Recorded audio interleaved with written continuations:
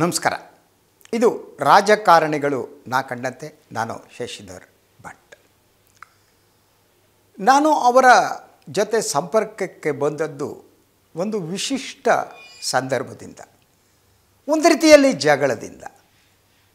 ಅವರು ನಿಮ್ಮನ್ನು ಕೈ ನೋಡ್ಕೊತೀನಿ ಅಂದರು. ನಾನು ನೋಡ್ಕೊಳ್ಳಿ, ನಾನು ಹೆಜರಲ್ಲ, ನನಗಿದೆಲ್ಲ ಗೊತ್ತಿದೆ ಅಂತ ಹೇಳಿದೆ. ಅದು ಆದದ್ದು ಹೀಗೆ.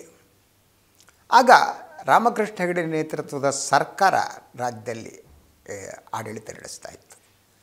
ನಾನಾಗ ಮುಂಜಾನೆ ಅನ್ನುವ ಒಂದು ಪತ್ರಿಕೆಯ ಉಪಮುಖ್ಯ ವರದಿಗಾರ ಆಗಿದ್ದೆ. ಆ ಸಂದರ್ಭದಲ್ಲಿ ಆಳ್ವ ಅವರು ತಮ್ಮ ಮನೆಯಿಂದ ವಿಧಾನಸೌಧಕ್ಕೆ ಬರಬೇಕಾದ್ರೆ ಆ ಚಾಲುಕ್ಯ ಸರ್ಕಲ್ ಹತ್ತಿರ ಕೆಲವು ಹೋರಾಟಗಾರರು ಅವರನ್ನು ತಡೆದರು. ಅಲ್ಲಿ ಗಲಾಟೆ ಆಯಿತು. ಸೊ ಈ ವರದಿ ನಮ್ಮ ಮುಂಜಾನೆ ಪತ್ರಿಕೆಯಲ್ಲಿ ಬಂದಿತ್ತು. ಅದನ್ನ ವರದಿ ಮಾಡಿದವರು ನಮ್ಮ ಸಹೋದ್ಯೋಗಿ ಆಗಿದ್ದ ಜೈನುಲ್ಲಾ ಬಳ್ಳಾರಿ ಅಂತ. ಅವರು ಈಗ ಹಂಪಿ ಯೂನಿವರ್ಸಿಟಿಯಲ್ಲಿ ಇದ್ದಾರೆ ಈಗ ಅವರು. ಸೊ ಅವರು ಬರೆದ ವರದಿ ವಿಸ್ತೃತವಾಗಿತ್ತು. ಅದು ಹೇಗೆ ಆಳ್ವ ಅವರು ಬಂದರು, ಈ ಹೋರಾಟಗಾರರು ಹೇಗೆ ಕಾರನ್ನು ಅಡ್ಡಗಟ್ಟಿದ್ರು, ಏನು ಮಾಡಿದ್ರು ಎಲ್ಲ ಇತ್ತು. ನಾನಾಗ ವಿಧಾನಸೌಧ ಕವರ್ ಮಾಡ್ತಾಯಿದ್ದೆ. ವಿಧಾನಸೌಧ ರೌಂಡ್ಸ್ ಅಂತ ಇರುತ್ತೆ. ಪತ್ರಕರ್ತರೆಲ್ಲ ಜೊತೆಯಾಗಿ ಬೆಳಗ್ಗೆ ಮಧ್ಯಾಹ್ನ 12ಕ್ಕೆ ಮತ್ತು ಸಂಜೆ 4 ಗಂಟೆಗೆ ಮಂತ್ರಿಗಳನ್ನೆಲ್ಲ ಭೇಟಿ ಮಾಡೋದಂತ ಈಗಲೂ ನಡೆದಿದೆ. ಎಲ್ಲ ಪತ್ರಿಕೆಯವರು ಸೇರಿ ದಿನ ಒಬ್ಬರು ಮಂತ್ರಿಗಳನ್ನು ಭೇಟಿ ಮಾಡಿ ಸುದ್ದಿ ಏನು ಅಂತ ಕೇಳುವಂಥದ್ದು. ಅದಕ್ಕೆ ನಾವು ವಿಧಾನಸೌಧದ ರೌಂಡ್ಸ್ ಅಂತ ಹೇಳ್ತೀವಿ. ಸೊ ಮರುದಿನ ನಾನು ಹಾಗೆಯೇ ಆ ಪತ್ರಿಕೆ ಬಂದ ದಿನವೇ ನಾನು ವಿಧಾನಸೌಧ ರೌಂಡ್ಸ್ಗೆ ಹೋಗಿದ್ದೆ. ಹೋದ ಸಂದರ್ಭದಲ್ಲಿ ಎಲ್ಲ ಪತ್ರಕರ್ತರು ಡಾಕ್ಟರ್ ಜೀವರಾಜ್ ಆಳ್ವ ಅವ್ರನ್ನ ಭೇಟಿ ಮಾಡೋದಕ್ಕೆ ಹೋದರು. ಸೊ ಹೋದಾಗ ನಾನು ಇದ್ದೆ. ಅವರು ಭಾಳ ಕೋಪದಲ್ಲಿದ್ದರು. ಅವರ ಕೈಯಲ್ಲಿ ಮುಂಜಾನೆ ಪತ್ರಿಕೆ ಇತ್ತು. ಅದನ್ನು ಹಿಡಿದುಕೊಂಡು ಹೇಳಿದರು, ನಿಮ್ಮ ಕಚೇರಿ, ಪತ್ರಿಕಾ ಕಚೇರಿ ಎಲ್ಲಿದೆ ಗೊತ್ತಾ? ನನಗೆ ಗೊತ್ತು. ಹಾಂ ಹೇಳಿ. ಗೊತ್ತು ಸರ್, ಪ್ಯಾಲೇಸ್ ಗುಟ್ಟೇಳಿದೆ. ನನ್ನ ಹುಡುಗರೆಲ್ಲ ಇರೋದಲ್ಲೇ ಅಂತಂದರು. ಇರಲಿ ಬಿಡಿ ಸರ್ ಅಂದೆ. ಬಿ ಕೇರ್ಫುಲ್, ಕಾಲು ಕೈ ಎತ್ತು ಬಿಡ್ತಾರೆ ಅಂದರು. ನನಗೆ ಈಗಲೂ ಸಿಟ್ಟಿದೆ. ಆವಾಗ ಇನ್ನೊಂದಿಷ್ಟು ಜಾಸ್ತಿ ಸಿಟ್ಟಿತ್ತು. ನಾನು ಹೇಳಿದೆ, ನಿಮ್ಮ ಈ ಗುಂಡಾಗಿರಿ ಎಲ್ಲ ನನ್ನ ಹತ್ರ ನಡೆಯಲ್ಲ ಆಳ್ವ ಅವರೇ, ಅರ್ಥ ಮಾಡ್ಕೊಳ್ಳಿ. ನೀವು ಬೇರೆಯವ್ರ ಕರ್ಸಿ ಹೊಡೆಸ್ಬೇಕು, ನಾನೇ ಹೊಡೆದಾಟಕ್ಕೆ ರೆಡಿ ಇದ್ದೀನಿ ಅಂತ ಅಂದೆ. ಸೊ ಗಲಾಟೆ ಆಯಿತು. ಒಂದು ಹಿರಿಯ ಪತ್ರಕರ್ತರ ಗರುಣಗಿರಿ ನಾಗರಾಜ್ ಅಂತ ಒಬ್ಬರಿದ್ದರು. ಅವರು ಕನ್ನಡಪ್ರಭದಲ್ಲಿದ್ದರು ಅವಾಗ. ಸೊ ಅಲ್ಲೇ ರಿಟೈರ್ ಆಗಿದ್ದು. ಅವರು ಆಳ್ವ ಅವ್ರನ್ನ ತರಾಟೆಗೆ ತೆಗೆದುಕೊಂಡ್ರು. ಈ ಹುಡುಗನಿಗೆ ಕ್ಷಮೆ ಕೇಳಬೇಕು, ನೀವು ಏನಂತ ಕಡಿದ್ದೀರಿ, ಗುಂಡಾಯಿಸಮ್ ಮಾಡ್ತೀರಾ? ಸೊ ಆಳ್ವ ಇದ್ದಕ್ಕಿದ್ದಂಗೆ ತಣ್ಣಗಾದರು. ನೇರವಾಗಿ ನನ್ನ ಹತ್ರ ಬಂದುಬಿಟ್ಟು ಸಾರಿ ಕಣ್ರಿ ಅಂದರು. ಹೀಗೆ ಅವರ ಪರಿಚಯ ಆದದ್ದು. ಹೀಗೆ ಇನ್ನೊಂದು ಸಂದರ್ಭ, ಆಳ್ವ ಅವ್ರನ್ನ ನಾನು ವಿಧಾನಸೌಧದಲ್ಲಿ ಪ್ರತ್ಯೇಕವಾಗಿ ಮೀಟ್ ಮಾಡೋದಕ್ಕೆ ಹೋಗಿದ್ದೆ. ಅವರು ಎಂಟಿ ಚೇಂಬರ್, ಮಂತ್ರಿಗಳ ಚೇಂಬರ್ ಇರ್ತದೆ, ಎಂಟಿ ಚೇಂಬರ್ ಇದೆ. ಎಂಟಿ ಚೇಂಬರಲ್ಲಿ ನಾನು ಕೂಡಿಸಿದ್ರು. ಸ್ವಲ್ಪ ಹೊತ್ತಿಗೆ ಬಂದರು ಅವರು. ಬಂದಾಗ ಅವರ ಒಂದು ವಾರಪತ್ರಿಕೆಯಲ್ಲಿ ಒಂದು ವರದಿ ಬಂದಿತ್ತು. ಆಳ್ವ ಅವರು ಮುಂಬೈಗೆ ಹೋಗಿದ್ದರು. ಅಲ್ಲಿ ಖ್ಯಾತ ನಟಿಯೊಬ್ಬಳನ್ನು ಮಾತನಾಡಿಸುವ ಸಂದರ್ಭದಲ್ಲಿ ಏನೋ ಮಿಸ್ಬಿಹೇವ್ ಮಾಡಿದ್ರು ಅಂತ ಆ ವರದಿ ಬಂದಿತ್ತು. ನಾನು ಈ ವರದಿ ಬಂದಿದೆಯಲ್ಲ ಏನು ಅವರು ನೋಡಿರಲಿಲ್ಲ. ತಕ್ಷಣ ಅವರ PA ಕರೆದುಬಿಟ್ಟು ಹೋಗಿ ಆ ಪತ್ರಿಕೆ ತನ್ನಿ ಅಂತಂದರು. ಅದನ್ನು ತಂದ ತಕ್ಷಣ, ಅದನ್ನು ನೋಡಿದ ತಕ್ಷಣ ಅವರು ಗಡಗಡ ಗಡಗಡ ಸಿಟ್ಟು, ಮುಖ ಮೊದಲೇ ಕೆಂಪಗಿರುವ ವ್ಯಕ್ತಿ ನೋಡಿ ಮುಖ ಇನ್ನಷ್ಟು ಕೆಂಪಾಯಿತು. ಎಲ್ರಿ ಬನ್ನಿ ಇಲ್ಲಿ. ನಾನು ಹೇಳಿದೆ, ಅಲ್ಲ ನಿಮ್ಗೇನು ಸರ್, ನೀವು ಆ ಪತ್ರಿಕೆಯವ್ರನ್ನ ಹೆದರಿಸ್ತೀನಿ ಇನ್ನೊಂದು ಅಂತೀರಿ, ಅದರಿಂದ ಕೆಟ್ಟ ಹೆಸರು ಬರೋದು ಯಾರಿಗೆ ಗೊತ್ತಾ? ನಿಮ್ಮ ನಾಯಕರಿಗೆ, ಹೆಗಡೆ ಅವರಿಗೆ. ಪತ್ರಿಕೋದ್ಯಮಗಳಲ್ಲಿ ಇದೆಲ್ಲ ಮಾಡೋಕ್ಕೆ ಹೋಗ್ಬೇಡಿ. ಸ್ವಲ್ಪ ಹೊತ್ತಾದಮೇಲೆ ಸಮಾಧಾನ ಮಾಡಿಕೊಡ್ರು. ಜೀವರಾಜ್ ಆಳ್ವ ರಂಗಿನ ವ್ಯಕ್ತಿ ಅವರು. ಅವರು ಹೆಗಡೆಯವರ ಒಂದು ರೀತಿಯ ಬಲಗೈ ಬಂಟ, ನೀಲಿ ಕಂಗಳ ಹುಡುಗ. ಇಡೀ ಜನತಾ ರಾಜಕಾರಣದಲ್ಲಿ ಹೆಗಡೆಯ ಪರವಾಗಿ ನಿಂತಂಥವರು. ಅವರ ಆರ್ಗನೈಸಿಂಗ್ ಕೆಪ್ಯಾಸಿಟಿ, ಆಳ್ವ ಅವರ ಈ ಸಂಘಟನಾ ಚಾತುರ್ಯ, ಚತುರತೆ ಇದೆಯಲ್ಲ, ಅದು ಅದ್ಭುತವಾದದ್ದು. ಸೊ ಇಂತಹ ಜೀವರಾಜ್ ಆಳ್ವ ಅವರ ತಮ್ಮ ರಾಜಕೀಯ ಬದುಕಿನ ಒಂದು ಹಂತ ಆದಮೇಲೆ ಅವರಿಗೆ BJPಗೆ ಹೋದದ್ದು. ಸೊ ಅವತ್ತು BJPಗೆ ಹೋಗುವ ದಿನ ಅವರು ನನ್ನನ್ನು ತಮ್ಮ ಮನೆಗೆ ಕರೆದಿದ್ದರು. ಯೂಶ್ವಲಿ ಅವರು 15 ದಿವಸಕ್ಕೆ ಒಂದು ಸಲ ನನ್ನನ್ನು ಅವ್ರ ಮನೆಗೆ ಕರಿತಾಯಿದ್ರು. ಸೊ ಸ್ಯಾಂಕಿ ಟ್ಯಾಂಕ್ ಪಕ್ಕದಲ್ಲಿ ಅವರ ಮನೆ. ನಾನು ಅವ್ರ ಮನೆಗೆ ಹೋದಂಥ ಸಂದರ್ಭಗಳಲ್ಲಿ ಕೂಡ ಬೆಳಗಿನ ತಿಂಡಿ ಕರಿತಾಯಿದ್ರು. ಅವರು ಜೀವರಾಜ್ ಆಳ್ವ ಅವರು, ಅವರ ತಂದೆ ನಾಗಪ್ಪ ಆಳ್ವ ಅವರು, ಅವರ ಸಹೋದರಿ ಎಲ್ಲರೂ ಕುಟುಂಬ ಕೂತ್ಕೊಂಡು ಅದು ಬೆಳಗಿನ ಉಪಹಾರ ಸ್ವೀಕರಿಸೋದು ಭಾಳ ಅದ್ಭುತವಾದ್ದು. ಆವಾಗ ಅದು ಇದು ಚರ್ಚೆ ಮಾಡ್ತಾಯಿದ್ರು. ಸೊ ಯಾವಾಗ BJPಗೆ ಹೋಗಬೇಕು ಅಂತ ತೀರ್ಮಾನ ತಗೊಂಡ್ರು, ಅದನ್ನು ಕೇಳುವುದಕ್ಕೆ ಹೋಗಲ್ಲ ಅಂತ ಕೇಳೋದಕ್ಕೆ ನನ್ನನ್ನು ಕರೆದಿದ್ದರು. ಹತ್ತು ದಿವಸ ನನ್ನ ಜೊತೆ ನಾನು ಹೋದ ಸಮಯದಲ್ಲೇ ಅನಂತ್ ನಾಗ್ ಅವರನ್ನು ಕೂಡ ಕರೆದಿದ್ದರು. ಸೊ ನಾವಿಬ್ಬರು ಇದ್ವಿ. ಬಟ್ ಅವರು ಫಸ್ಟ್ ಪ್ರತ್ಯೇಕವಾಗಿ ನನ್ನನ್ನು ಕರೆದು ನಾನೀಗ BJPಗೆ ಹೋಗಬೇಕು ಅಂತಿದ್ದೀನಿ, ಏನಂತೀರಿ ಅಂತ ಅಂದರು. ನಾನು ಹೇಳಿದೆ, ಸರ್ ನಿಮಗೆ BJP ಪಕ್ಷ ಹೊಂದೋದಿಲ್ಲ. ಯಾಕೆಂದರೆ ಅಲ್ಲಿರುವ ಗರ್ಭಗುಡಿ ಸಂಸ್ಕೃತಿ ಅಂತ ನಂಜೇಗೌಡರು ಅಂತ ಈಗಿನವರಿಗೆಲ್ಲ ಗೊತ್ತಿದೆಯಲ್ಲ ಗೊತ್ತಿಲ್ಲ, H.N. ನಂಜೇಗೌಡರು ಸಂಸತ್ ಸದಸ್ಯರಾದವರು. ಕರ್ನಾಟಕದ ನೀರಾವರಿಯ ಬಗ್ಗೆ ನಂಜೇಗೌಡರಿಗಿದ್ದ ತಿಳುವಳಿಕೆ ಇದೆಯಲ್ಲ, ಅದು ಅಸಾಮಾನ್ಯವಾದ್ದಾಗಿತ್ತು. ಅಂಥವ್ರು ಅವರು BJPಗೆ ಹೋಗು ಒಂಥರ ಮೈಕೈ ಸುಟ್ಕೊಂಡಿದ್ದರಲ್ಲ, ಹಂಗಾಗಿತ್ತು.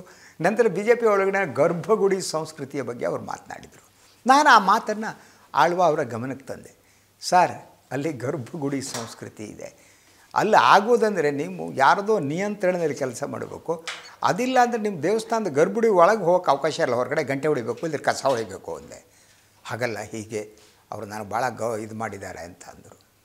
ನಂತರ ಅವರು BJPಗೆ ಸೇರಿದ್ರು. BJP ಸೇರಿದ್ರೆ ಅಲ್ಲಿ ಅವರಿಗೆ ಉಳಿಗಾಲ ಇಲ್ಲ ಅಂತ ಗೊತ್ತಾಗಿ ಬಿಟ್ಟು ಬಂದರು. ಬಿಟ್ಟು ಬಂದಿರೋ ನನ್ನ ಕರೆದ್ರು, ಬನ್ನಿ ಅಂತ.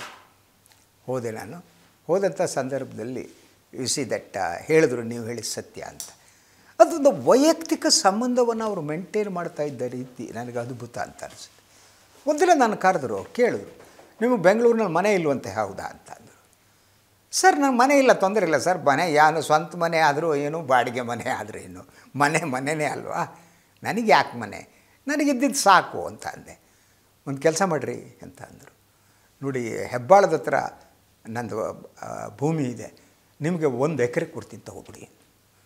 ನಾಳೆ ಅಗತ್ಯ ಇಲ್ಲ ಸರ್ ನನಗೆ. ಆ ಪ್ರೆಷರ್ ಹಾಕಿದ್ರು, ಆ ಪ್ರೀತಿಗ ನೋಡಿ ಮನುಷ್ಯ. ಸೊ ಇಲ್ಲ, ನನ್ನ ಭೂಮಿ ಇದೆ, ನೀವು ತಗೋಬೇಕು.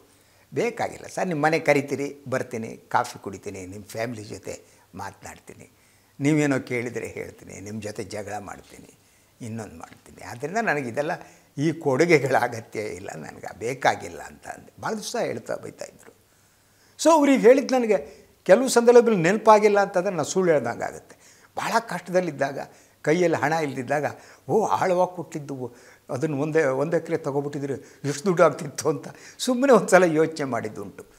ಆದರೆ ನಾನು ಕೊನೆವರೆಗೆ ನಾನು ತೆಗೆದುಕೊಂಡ ತೀರ್ಮಾನ ಸರಿ ಇದೆ. ನಾನು ಅವರಿಂದ ಯಾವುದೇ ಗಿಫ್ಟನ್ನಾಗಲಿ ನಾನು ತಗೋಬಾರ್ದು ಅಂತ ನನ್ನ ನಿರ್ಣಯ ಇದೆಯಲ್ಲ, ಆ ನಿರ್ಣಯದ ಬಗ್ಗೆ ಇವತ್ತು ನನಗೆ ಹೆಮ್ಮೆ ಇದೆ. ಏನಿವೆ ಆದರೆ ಆವಾಗ ಸೊ ಇಂತಹ ಜೀವರಾಜ್ ಆಳ್ವ ಎಂದರೆ ಅವರ ಬದುಕು ರಂಗುರು. ಅವರಿಗೆ ಸಾಂಸ್ಕೃತಿಕ ವ್ಯಕ್ತಿತ್ವ ಇತ್ತು, ಕಲ್ಚರಲ್ ಫೀಲ್ಡ್ ಜೊತೆ ನಿಕಟವಾದ ಸಂಬಂಧವನ್ನು ಹೊಂದಿದ್ದರು. ಹಲವರು ಅವ್ರಿಗೆ ಹತ್ತಿರ ಆಗಿದ್ದರು. ನಮ್ಮ ನಾಟಕ ರಂಗದ CGK ಅವರು ಅವ್ರಿಗೆ ಹತ್ತಿರ, ಸೀತಾರಾಮ್ ಅವ್ರಿಗೆ ಹತ್ತಿರ. ಸೊ ಆ ಒಂಥರ ಕಲ್ಚರಲ್ಲಾಗಿ ಜನತಾ ಪರಿವಾರದ ಜೊತೆ ಸಾಂಸ್ಕೃತಿಕ ವಲಯವನ್ನು ಒಗ್ಗಟ್ಟು ಅವರನ್ನು ತಂದು ಅವರ ಬೆಂಬಲವನ್ನು ಕೂಡ ಕ್ರೋಢೀಕರಿಸೋದರಲ್ಲಿ ಯಶಸ್ವಿಯಾದವರು ಡಾಕ್ಟರ್ ಜೀವರಾಜ್ ಆಳ್ವ. ಅವರಿದ್ದರೆ ಮುಖ್ಯಮಂತ್ರಿ ಆಗ್ತಿದ್ರೋ ಏನೋ, ಆಗುವ ಎಲ್ಲ ಅರ್ಹತೆ ಇತ್ತು. ಕೊನೆಯವರೆಗೆ ಹೆಗಡೆ ಪರವಾಗಿದ್ದರು. ದೇವೇಗೌಡರ ಜೊತೆ ಹಲವಾರು ಭಿನ್ನಾಭಿಪ್ರಾಯಗಳಿದ್ದು, ಹಲವು ಕಥೆಗಳಿವೆ, ಅದು ಘಟನೆಗಳಿವೆ, ಎಲ್ಲವನ್ನೂ ಈಗ ಹೇಳೋದಕ್ಕಾಗಲ್ಲ. ಸೊ ಎಂದೂ ಕೂಡ ಅವರು ದೇವೇಗೌಡರ ಜೊತೆ ಅವರ ಸಂಬಂಧ ಅಷ್ಟಕ್ಕಷ್ಟೇ ಇತ್ತು. ಯಾಕೆಂದರೆ ಇಡೀ ಅವರ ವ್ಯಕ್ತಿತ್ವದ ರೂಪ ರೇಷೆನೇ ಬೇರೆ. ಅದರ ಜೊತೆಗೆ ಅವರ ವೈಯಕ್ತಿಕ ಬದುಕು ಕೂಡ ಅವರು ಅಂದುಕೊಂಡಂತೆ ಇರಲಿಲ್ಲ. ಆ ವೈಯಕ್ತಿಕ ಬದುಕಿನಲ್ಲಿ ಕೂಡ ಸಮಸ್ಯೆ ಡಾಕ್ಟರ್ ಆಳ್ವ ಅವರಿಗೆ ಇತ್ತು. ಈ ಸಾಂಸ್ಕೃತಿಕ ಇದರ ಜೊತೆಗೆ ಅವರ ಸ್ನೇಹ ಇದೆಯಲ್ಲ, ಅದು ಪಕ್ಷ ಭೇದವನ್ನು ಬರುತ್ತೆ. ಎಲ್ಲ ರಾಜಕೀಯ ಪಕ್ಷದಲ್ಲೂ ಅವರಿಗೆ ಸ್ನೇಹ ಇತ್ತು. ಅದರ ಜೊತೆಗೆ ದೆಹಲಿಯಲ್ಲೂ ಕೂಡ ಹೆಗಡೆಯ ಪರವಾಗಿ, ರಾಮಕೃಷ್ಣ ಹೆಗಡೆಯವರ ಪರವಾಗಿ ಲಾಬಿಯನ್ನು ಮಾಡಬಲ್ಲವರಾಗಿದ್ದರು, ಬೇರೆ ಬೇರೆ ನಾಯಕರನ್ನ. ಅಂಥವರು ಜನತಾ ಪರಿವಾರದಲ್ಲಿ ರಘುಪತಿ ಅವರು ಹಾಗೆ, ರಘುಪತಿ ಅವರು ಹಾಗೆ.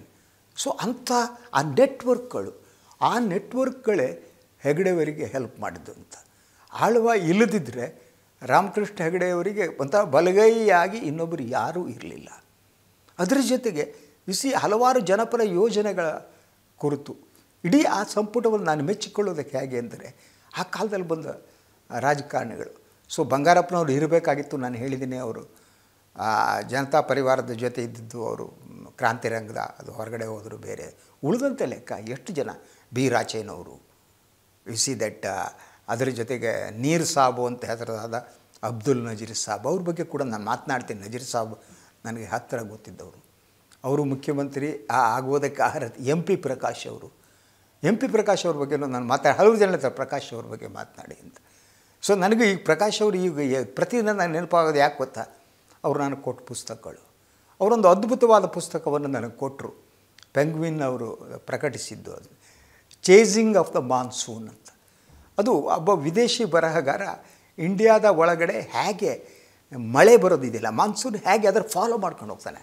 ಅದು ಅವರು ನನಗೆ ಕೊಟ್ಟುಬಿಟ್ಟು ಇವತ್ತು ಆ ಪುಸ್ತಕ ನನ್ನ ಹತ್ರ ಇದೆ, ಇಟ್ಕೊಳ್ಳಿ ನೀವು ಅಂತ. ಹಾಗೆ ನಾನು ಎಂ ಪಿ ಪ್ರಕಾಶ್ ಬಗ್ಗೆ ಕೂಡ ಮಾತನಾಡ್ಬೋದು.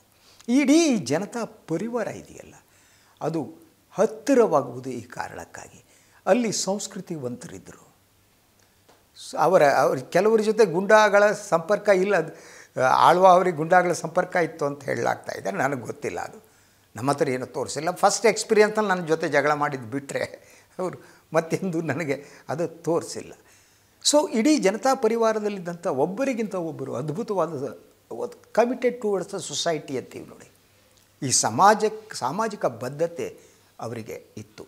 ಆಳ್ವ ತಮ್ಮ ಕೊನೆಯ ದಿನಗಳಲ್ಲಿ ಯಾವ ರೋಗದಿಂದ ಸುನ್ನಿಗಿದ್ರು ಅದನ್ನ ಹೇಳೋದಕ್ಕೆ ನಾನು ಹೇಳೋದು ಸರಿಯಲ್ಲ, ಗೊತ್ತಿಲ್ಲ. ಅವರು ರೋಗ ಪೀಡಿತರಾದರು. ಒಂದು ಹಂತದಲ್ಲಿ ಇಡೀ ಕರ್ನಾಟಕದ ರಾಜಕಾರಣವನ್ನು ಹೆಗಡೆಯವರ ಮೂಲಕ ತಮ್ಮ ಮುಷ್ಟಿಯಲ್ಲಿ ಇಟ್ಟುಕೊಂಡಂತಹ ಜೀವರಾಜ ಆಳ್ವ ತಮ್ಮ ರಂಗುರಂಗಿನ ಬದುಕಿದೆಯಲ್ಲ, ಆ ಬದುಕಿನ ಕೊನೆಯಲ್ಲಿ ಅಸಹಾಯಕರಂತೆ ಅವರು ಅಸುನೀಗಿದ ಆ ಚಿತ್ರ ಇದೆಯಲ್ಲ, ಅದು ನನ್ನ ಕಣ್ಣು ಮುಂದೆ ಇದೆ. ಆದ್ದರಿಂದ ನನಗೆ ಹಲವು ಸಂದರ್ಭದಲ್ಲಿ ಅನಿಸುತ್ತೆ, ಈ ಆಳ್ವ ಎಲ್ಲವೂ ಇದ್ದು ಎಲ್ಲವನ್ನೂ ಕಳೆದುಕೊಂಡ್ರು ಅಂತ. ಅದು ಯಾಕೆ ಹಾಗೆ? ಅವರು ಕಳೆದುಕೊಂಡಿದ್ದು ಯಾಕೆ? ಮುಖ್ಯಮಂತ್ರಿ ಆಗುವ ಅವಕಾಶವನ್ನು ತಪ್ಪಿಸ್ಕೊಂಡಿದ್ದೆ ಯಾಕೆ ಬದುಕು ಉಳಿದಿಲ್ಲ?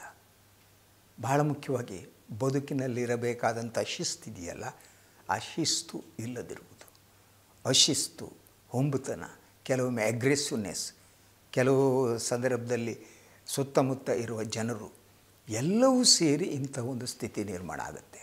ಆದ್ದರಿಂದ ಜೀವರಾಜ ಆಳ್ವ ಹಾಗೆ ಆದವರು. ಭಾಳ ಸಂದರ್ಭದಲ್ಲಿ ಅನಿಸುವ ಹಾಗೆ ಅವರು ಬದುಕಿರಬೇಕಿತ್ತು ಅಂತ ನನಗೆ ಅನಿಸುವುದಿದೆ. ಆದರೆ ಸ್ವಯಂಕೃತ ಅಪರಾಧ ಇರುತ್ತಲ್ಲ, ಅದ್ರ ಜೊತೆ ರೋಗಗಳು, ಯಾರಿಗೆ ಯಾವ ಸಂದರ್ಭದಲ್ಲಿ ಹೇಗೆ ರೋಗ ಬರುತ್ತೆ ಯಾರಿಗೆ ಗೊತ್ತು, ಬದುಕು ಹೇಗೆ ಮುಗಿಯುತ್ತೆ ಹೇಗೆ ಗೊತ್ತು. ಇಲ್ಲವೇ ಆಳ್ವ ಕರ್ನಾಟಕದ ರಾಜಕಾರಣದ ಅತಿ ರಂಗುರಂಗಿನ ವ್ಯಕ್ತಿ, ಸಂಘಟನಕಾರ, ಚತುರ, ಅದ್ಭುತ ಮನುಷ್ಯ.